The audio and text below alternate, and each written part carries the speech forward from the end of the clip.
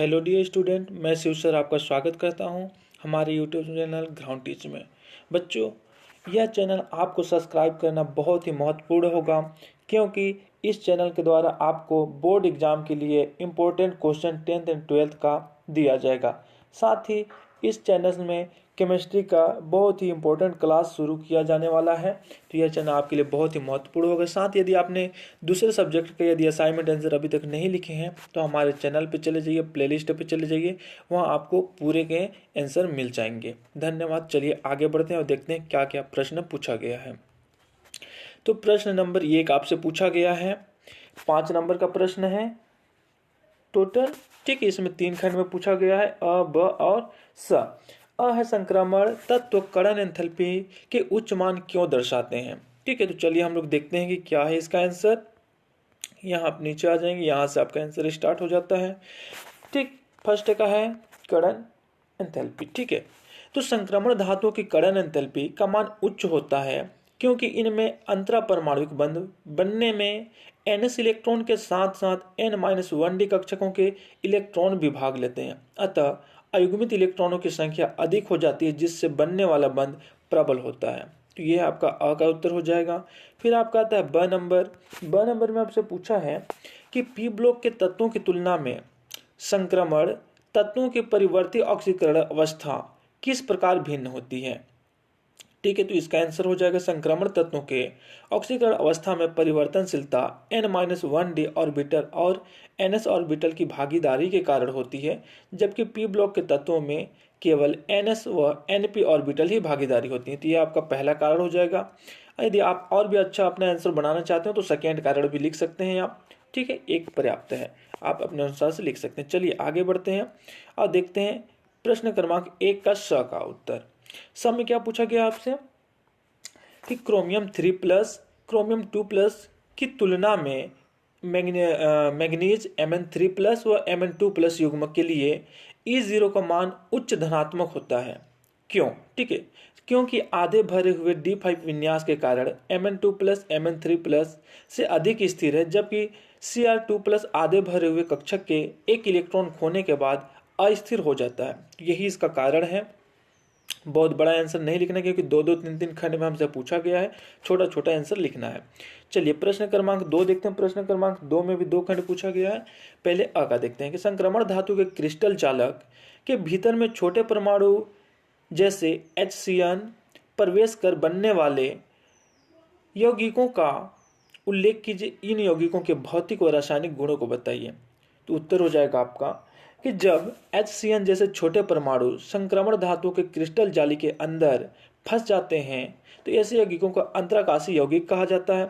अब इसके भौतिक तथा रासायनिक गुण इस प्रकार से आप नोट कर लेंगे 2-3 कि इनका गलनांक शुद्ध धातुओं की अपेक्षा अधिक होता है, वे बहुत अधिक कठोर होते हैं, ये धातु की चालकता बनाए रखते हैं और ये रासायनिक रूप से निष्क्रिय होते हैं। तो ये इसके भौतिक और रासायनिक गुण हो जाएंगे।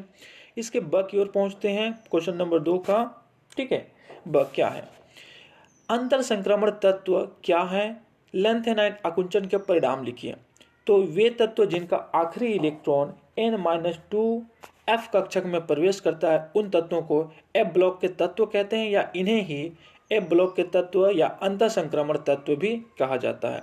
ठीक है, इनके परिणाम हम लोग देख लेते हैं। परिणाम यहाँ पे 3-4 आप लिख लेंगे। ठीक है, कि द्वितीय तथा तृतीय संक्रमण श्रेणी में समानता, आप इनके अगर जा करके आकार वगैरह देखेंगे तो लगभग इनमें समान मिलते हैं। लैंथेनाइट में भी समानता मिलता है, क्षारकता में अंतर मिलती है और लैंथेनाइटों का कठिन पृथक्करण होता है। यह इसके परिणाम हो जाएंगे। अब प्रश्न क्रमांक 3 की ओर बढ़ते हैं। प्रश्न क्रमांक 3 में भी 2 पार्ट में पूछा गया है। तो अ का आंसर सबसे पहले देखते हैं हम लोग। K4MnCN6 का IUPAC नाम और उप संयोजन संख्या बताना है आपको। साथ ही T2G एवं EG पदों में इसका इलेक्ट्रॉनिक विन्यास लिखना है। तो सबसे पहले आप IUPAC नाम लिख देंगे। सबसे पहले K4 है तो आपका हो जाएगा पोटेशियम, फिर लिगेंड की मात्रा CN की 6 है तो हेक्सा, फिर क्या हो जाएगा आपका साइनाइड है तो साइनो, और Mn है तो मैग्नेट, और इसका ऑक्सीकरण संख्या 2 हो जाएगा। तो potassium hexacyanomanganate second ion हो जाएगा। आयन नहीं लिखाएगा क्योंकि यहाँ पे आयन पे नहीं दिया है, तो सेकेंड हो जाएगा। उप संयोजन संख्या लिगेंड की संख्या 6 है तो यह 6 हो जाएगा। और इलेक्ट्रॉनिक विन्यास हो जाएगा Mn2+ की, किसका Mn2+ का D5 अर्थात T2G5 और Eg0 होगा। तो यह इसके इलेक्ट्रॉनिक विन्यास हो जाएगा। आगे बढ़ते हैं ब की ओर। तो ब में आपसे पूछा गया है कि क्लेट प्रभाव का अर्थ क्या है, एक उदाहरण दीजिए। पहले आपका इसका अर्थ बताना है, फिर उसका उदाहरण देना है आपको।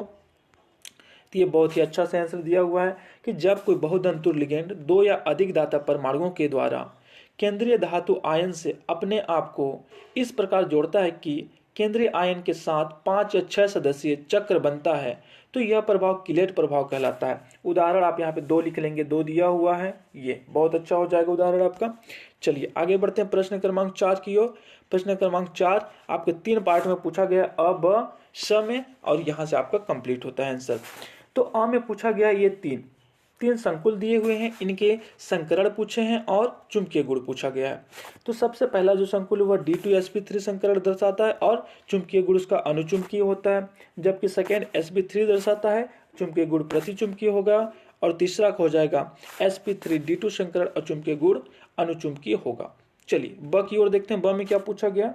तो ब में पूछा कि कॉपर सल्फेट इंटू 5H2O नीला रंग का होता है, जबकि अनाद्र या निर्जल कॉपर सल्फेट सफेद होता है, क्यों? इसका आपको कारण दर्शाना है।